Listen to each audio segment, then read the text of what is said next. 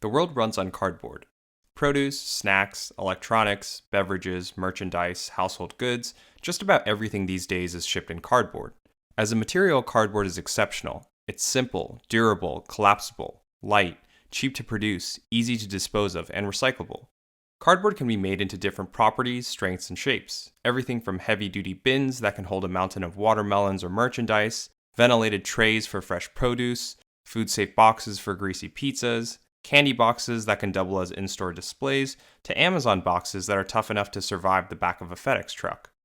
As consumers, when it comes to cardboard, we pay attention to really only a few things. We make sure our boxes haven't been stolen and we check that the stuff inside hasn't been damaged. Usually, we just open our box, we get our order, we collapse the box, and we toss it into the recycle bin. Despite how little we as consumers might think about it, cardboard is actually a global billion-dollar industry with strong momentum dominated by two big companies.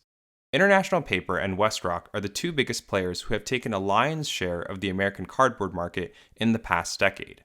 The next time you come across a cardboard box, take a second to flip it over and look for a logo at the bottom, and you'll likely find that it came from one of these two companies. International Paper and WestRock are massive business empires that are basically hidden in plain sight, whose products not only shape American commerce, but also extend into the political landscape and shape the development of certain foreign countries. In this episode, we'll cover the business of cardboard, how it's made, and the contrasting strategies of these two cardboard giants.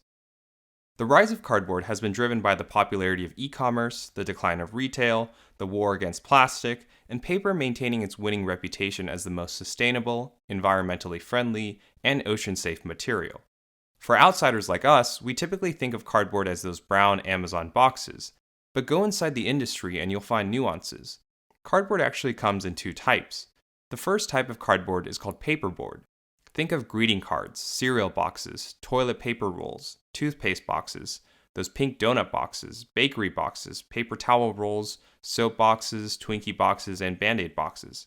Paperboard is a single layer cardboard that's thicker than printing paper, but still thin and easy to bend, fold, and tear. The second type of cardboard is corrugated fiberboard, which is those Amazon boxes. Corrugated fiberboard is made up of 3 layers of cardboard, an inside layer, an outside layer, and a fluted medium in between. Corrugated fiberboard gets its strength from not just having more layers, but also from that middle layer of rounded triangles. From a structural engineering standpoint, triangles are one of the strongest geometric shapes. They're able to balance weight evenly through their small fixed angles. Triangles are used to support everything from bridges to roofs, and that same principle applies at a micro level in cardboard boxes.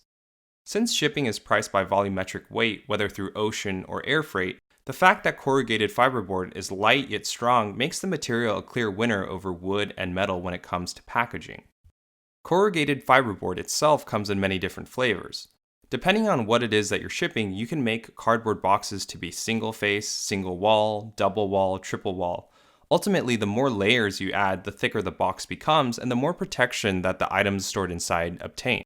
You can customize the size of the triangles in the middle from A to F, where smaller triangles enable for finer printing and bigger triangles enable stronger cushioning. Over 95% of physical goods in the world are packed, transported, and stored in corrugated cardboard boxes. To understand the business of cardboard, we have to first understand how it's made. In order to make corrugated cardboard boxes, you first need container board. To make container board, you take wood fiber and you process it at a mill to create container board. The main raw material is wood fiber. You can use recycled wood fiber or virgin wood fiber from fresh cut trees to make container board. Then you take that container board, convert it into corrugated fiberboard, which then becomes your Amazon, pizza, and produce boxes. When we recycle our cardboard boxes and paper, it all gets brought to a recycling plant where it's boiled and mashed into recycled wood fiber. A common misconception is that paper can be recycled an infinite amount of times, but in reality, paper can only be recycled on average 4 to 6 times. Every time paper or cardboard is recycled, its fibers degrade and become shorter and weaker. As a result, you always need to introduce some virgin fiber to maintain the strength and quality of the cardboard that you're producing. The point here is that manufacturing cardboard is not an all-or-nothing proposition of picking the cheapest fiber available, but a delicate balance of cost, supply, quality, and availability. Wood fiber is a commodity, and the market price for recycled and virgin fiber fluctuates every day. As a rule of thumb, it's cheaper and easier to source recycled fiber over virgin fiber, but paper products that are made with recycled fiber objectively turn out weaker than those made with virgin fiber. Forests in the United States are regulated natural resources that must achieve specific sustainable standards and certifications. It's no longer like the old days where corporations aggressively mowed down acres of trees without any thought to get their virgin fiber. When it comes to forests now, the amount of wood that you harvest is restricted and carefully monitored to make sure that it never exceeds growth. At the same time, rotation is mandatory, meaning that only one area is harvested at a time, and young trees are tended and protected until they mature. Forests are relevant because in order to make cardboard or paper in general, you need virgin fiber, which comes from trees. And to produce quality cardboard, you can't just use recycled fiber indefinitely.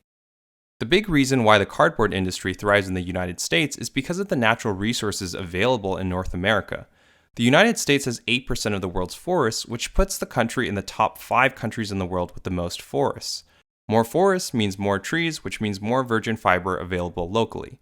Despite the antiquated rail network of the US, shipping wood via train is still much faster and cheaper than if you had to import wood into the country via ocean freight. Canada ranks ahead of the US in third place with 9% of the world's forests. To round out the top 5 list, Brazil is in second place with 12% of the world's forests within its borders, and Russia leads the way with 20% of the world's forests. So wood fiber is the single most important raw material to producing cardboard. If we put ourselves in the shoes of a cardboard company, you buy your virgin fiber from the forest and your recycled fiber from recycling plants. As an alternative, you can also choose to lease or buy forests with harvesting rights so you can harvest the virgin fiber yourself. You bring those fibers into a containerboard mill to turn it into containerboard. You put that containerboard on a train and ship it to a converting facility. At a converting facility, you use the containerboard to produce corrugated fiberboard, the inside layers, the outside layers, and the fluted mediums. You hire salesmen and account managers to sell your corrugated cardboard boxes. You also have graphic designers on staff who can provide creative services for customers who are looking for branded boxes. As soon as you finish producing the cardboard boxes that were ordered, you deliver them right away to your customers via truck. As a cardboard company, you produce corrugated boxes upon orders and based on customer specifications. If you do have extra containerboard left over, you can save that material for future production, or you can choose to export it to countries with few forests like Turkey. Even countries with a lot of forests can struggle to produce quality containerboard and cardboard. While China has 5% of the world's forests, which still puts it in the top 5, the country has historically relied on importing recycled fiber from the United States and sourcing virgin fiber from Russia to produce cardboard. Just because you have the natural resources, it doesn't mean much if you don't have the infrastructure to capitalize on it. China's domestic recycling operations are too young, and the consumer recycling habits there are too weak to produce the necessary volumes of recycled fiber. As outsiders, it's tempting to think about the cardboard business at scale. Being the cardboard supplier for companies like Amazon, Pizza Hut, Anheuser-Busch, and Walmart, international companies that ship massive amounts of goods to hundreds of locations regularly, that's the golden standard. But the reality is that a majority of the cardboard business is done locally. At converting facilities, the same place where containerboard is converted into corrugated boxes is where cardboard companies do most of their business. They sell corrugated products to any business within a 150-mile radius of each converting facility, and they compete with every other cardboard company that has a facility in that same local market. These converting facilities are not only valuable in the supply chain for producing cardboard boxes, but also serve go-to-market purposes as distribution centers and storefronts. If you're a farmer looking for cardboard for your produce, you want a packaging partner that has a local plant. If you're a CPG company, you have the same criteria for your cardboard supplier. Local, local, local as much as possible. Keep in mind that as a customer, you not only have to pay for the cardboard boxes that you order, you also have to pay for the shipping costs to get it delivered to your farm or factory. There's no prime, free 2-day shipping in the world of B2B. So having a local plant who can produce the cardboard you need, they can put it on a truck and deliver it to you within 2 to 4 hours is critical not just for your logistics, but also for your costs. In order to optimize production and maximize profits, cardboard companies have deep vertical integration from tree to box. To recap the supply chain for a cardboard company, you buy fiber on the market or you harvest the fiber from forests that you own or lease. You transport that fiber to your containerboard mill. At your mill, you put in fiber and containerboard comes out. You transport that containerboard to your converting facility. At your converting facility, you convert the containerboard into cardboard boxes. When production completes, you deliver the cardboard box via truck to your customers. If you have extra containerboard left over, you can either save it for a future run or export the material to an overseas country. It's easy to dismiss cardboard companies as basic, old school, linear A to B businesses with raw inputs and finished outputs, but there's actually a lot of details below the surface. Each handoff in the supply chain can be optimized. The speed and price at which you source fiber, the speed at which you can move the fiber to containerboard mills, the efficiency of your mills to convert fiber into containerboard, how fast you can move that containerboard to your converting facility, the speed at which you convert containerboard to cardboard boxes, and the turnaround time it takes to deliver those boxes to your customers. Within each step of this supply chain, there's also opportunity for further optimization. What percentage of recycled fiber and virgin fiber do you use for your cardboard? Do you go for the cheapest or highest quality available? Do you predict that prices for virgin or recycled fibers will increase or decrease? How can you protect against market fluctuations in fiber prices? What kinds of trees do you want to source from? Hardwood trees like oak or softwood trees like pine? Should you intentionally overproduce cardboard in Q1 and Q2 when energy and transportation is cheap, or should you just produce exactly to what your customers order? How can you mitigate seasonal bottlenecks and costs in Q3 when freight becomes congested and utilities become much more expensive in the winter? Each go-to-market step in the same supply chain can also be optimized. How much should you export? At what market price for containerboard does it become more profitable to simply export your containerboard rather than keep it to produce cardboard boxes? What incentives should you offer in distribution to beat out your competitors? How do you ensure that the trucking companies will prioritize your shipments over others, and so forth? The opportunities for optimization and data-driven decision-making are endless even in such a traditional business. The name of the game is volume. If you own the most trees, you can harvest the most virgin fiber. If you own the most recycling plants, you can source the most recycled fiber. If you have the right connections, your export business can be a steady cash flow with very little work needed. There's economies of scale. If you own the most mills, your consumption of raw materials grants you greater purchasing power, and the more money you can save buying fiber at below market prices. The more converting facilities you have, the more local markets you can compete in, the more cardboard volume you can move, and the more you can undercut competitors on your pricing. The more volume you have, the better your relationship becomes with your truck and retail partners, and the more likely they'll prioritize delivering your company's shipment over your competitors, so your stuff is always arriving on time or ahead of schedule, and so on. Under this abstraction, whichever company owns the most forests, recycling plants, containerboard mills, and converting facilities should win. The current market leader is International Paper, which is a company that has enjoyed the top spot for decades. Up until 2006, International Paper was actually the second largest landowner in the United States. Back then, only the federal government owned more real estate than International Paper. The company was once a sprawling business with over 16 business lines, selling plastic and paper alongside lumber and natural gas. By 2006, leadership said enough. The company was doing too much. International Paper had become slow, bloated, and ineffective. The company was hemorrhaging massive amounts of debt every year for a paltry ROI of 3%.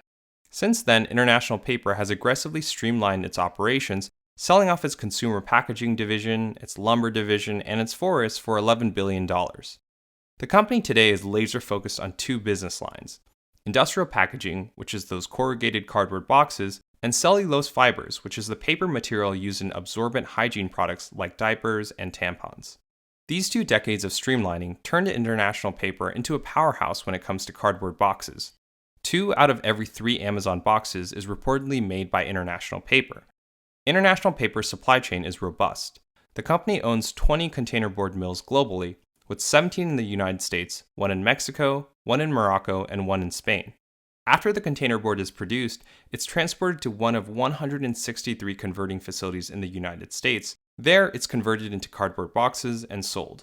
That's 163 markets that International Paper competes in the US alone. The company also owns 41 converting facilities in Latin America, France, Italy, and Canada. To source recycled fiber, International Paper owns 18 recycling plants, with 16 of them in the United States. While we all have to pay every month for the garbage company to come pick up our trash and recycling, what's fascinating is that these recycling plants don't make any money for International Paper or any other cardboard company that has them. Having a consistent source of recycled fiber is so important to their supply chain that recycling plants aren't treated as income-generating assets, they're basically run at cost. The paper and cardboard that you throw away every week is actually worth far more to the company than the fee that you pay every month for their service. International Paper uses a blend of 65% virgin fiber and 35% recycled fiber. When the company sold its forests in 2006 for $6 billion, the company didn't just pocket the cash and walk away. The deal requires that the new owners supply virgin fiber exclusively from these forests to International Paper at market price for the next 20 to 50 years. So while International Paper is still subject to the market fluctuations in fiber prices like everyone else, they're still sourcing from an exclusive supply of trees. The forest sale in 2006 not only allowed International Paper to remove itself from the forestry trade, but also win political points. The company had been getting heat from environmentalists and politicians for years for its aggressive harvesting and monopolistic ownership of America's forests. The sale removed that scrutiny entirely. International Paper today doesn't own any forests in the United States, but the company does own 300,000 million acres of forests in Brazil. As we mentioned earlier, Brazil has the second largest amount of the world's forests. While the country's infrastructure is still developing, cutting trees and harvesting virgin fiber from Brazil will be significantly cheaper than in the United States. Brazil is a developing country with light regulation and is more likely to overlook the environment in exchange for foreign investment. International Paper's foreign investment also extends to Russia, the country with the most amount of the world's forests. Through a 50-50 joint venture, International Paper has exclusive harvesting rights on 20 million acres of Russian forests where it makes money exporting those virgin fibers to China. Despite being a direct beneficiary of e-commerce, winning Amazon as a key customer, having a strong international presence, and operating a massive supply chain, International Paper's revenue is actually fairly stagnant. Despite significant investment, its diaper and tampon division contributes less than 20% of the company's overall revenue. Cardboard boxes remain the company's best-selling item. Net income is also fairly pedestrian, sitting on average at 6%. There's clearly still a lot of fat, and that's not lost on leadership. Lowering costs, reducing complexity, and accelerating profits are the focus these days. Recent actions support that direction. International Paper exited the Brazilian cardboard business in late 2020, where it sold off all its containerboard mills and converting facilities, but it kept its forests. The company doesn't see much value competing in South America or selling to local Latin American companies, but the trees and forests are worth keeping. While International Paper has also come under heat for continuing to do business in Russia despite the war in Ukraine, the company has tried to reduce that pressure by publicly stating that they're exploring all options when it comes to their Russian forests. But looking at their performance, I honestly have a hard time seeing them give that up. Russia and Brazil are long-term investments, and it takes time for trees to grow. Your cardboard box business is already at its peak since you're the main supplier for Amazon. And while trimming fat is a worthy short-term endeavor, acquiring a substantially cheaper supply of virgin fiber will provide the biggest boost to the company's profits in the long term. Next up is WestRock, who is the second largest cardboard company in the United States with customers like Domino's, Coca-Cola, and Modelo. WestRock has a very different strategy from International Paper. The company has 19 cardboard mills, 17 of which are in the United States, one in Brazil, and one in India, along with 161 converting facilities to make cardboard boxes. While it has less facilities than International Paper, WestRock achieves supply chain differentiation as the largest paper recycler in the United States with 22 recycling plants across the nation. Bigger recycling operations means a greater and cheaper source of recycled fibers, an advantage that WestRock fully capitalizes on during production. The company uses 60% virgin fiber and 40% recycled fiber to produce its cardboard. WestRock has two business lines: consumer cardboard packaging and corrugated cardboard boxes. WestRock is the leading manufacturer in cardboard packaging for food, paper, beverages, dairy products, big tobacco, snacks, candies, health and beauty, and other household items. Every time you tear open a box of Coca-Cola, Corona, Modelo, Budweiser, that's WestRock.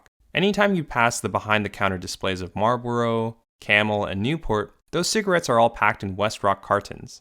Open up a box of chocolates from See's or Dove, and that's WestRock. Use a FedEx or UPS overnight mailer, and that's WestRock too. Consumer cardboard packaging is a sizable contributor to WestRock's top line, making up on average 36% of the company's overall revenue. Cardboard boxes bring in the remainder. Just like International Paper, the company produces cardboard boxes for e-commerce, produce, and merchandise. But WestRock takes it a step further than its key rival, holding a winning position as the largest manufacturer and producer of pizza boxes, which are also made out of corrugated cardboard. Anytime you order from Domino's, Pizza Hut, Papa John's, or even your local pizzeria, that pizza is coming in a WestRock box. WestRock's strategy for its cardboard business is innovation. The company actively monitors the market and regularly launches new products. During the pandemic, WestRock launched BioPack Protect, a one-piece cardboard food container made just for delivery. This new container retains heat but ventilates steam, offers a window so workers could verify the order is correct at a glance without opening the box, and is secured by a tamper-evident seal so that drivers can't mess with the food. The company's forward-thinking mentality also shines through in its e-commerce solutions. Rather than just selling an endless supply of pre-made cardboard boxes, WestRock offers its award-winning box sizer machines.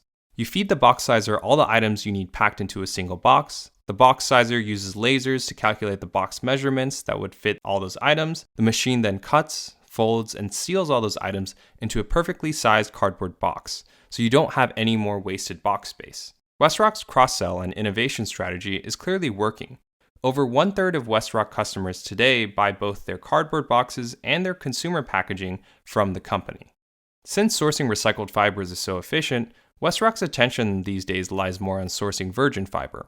WestRock buys its virgin fiber at market prices, but also owns 135,000 acres of forests in Brazil. Similar to International Paper, WestRock is optimistic that once their Brazil operations mature, they'll be able to source virgin fiber at cheaper prices over time. While International Paper plays a major role in cardboard exports, WestRock participates sparingly in that market with the belief that its local and domestic customer-first focus and innovation mindset will net better results in the long run. When we look at WestRock's business performance, it's easy to see those results. While International Paper's overall revenue has stagnated over the past few years, WestRock has slowly closed the gap, growing on average 9% every year. As the company that's historically always been in second place, WestRock has just about caught up to International Paper in overall revenue. With performance like this, it's no surprise that the tone from WestRock leadership on conference calls is one of enthusiasm and optimism. Even though the company lacks the massive international presence, the political connections, and substantial export business, WestRock might be right in that they just don't need any of that. If we evaluate purely the cardboard box business of both companies, we see that International Paper is still ahead overall in net sales thanks to its Amazon deal. Even if we compare their businesses by annual volume, by how many million tons of cardboard boxes they sell every year, International Paper is still ahead by a healthy margin. But to me, it feels like International Paper has peaked while WestRock still has a clear runway and upside to grow. So the next time you get a cardboard box, take a second to flip it over and see what company it came from. The next time you drink from a chocolate milk carton, see someone light up a cigarette, order a cheese pizza, get a box of chocolates, that's WestRock. When your Amazon order arrives at your door, that's International Paper. The next time you throw away your recyclables, take a second and see who's really coming and picking up that trash. The cardboard industry, as ordinary, plain, and boring as it might seem, is dominated by these $2 billion corporations, business empires hidden in plain sight.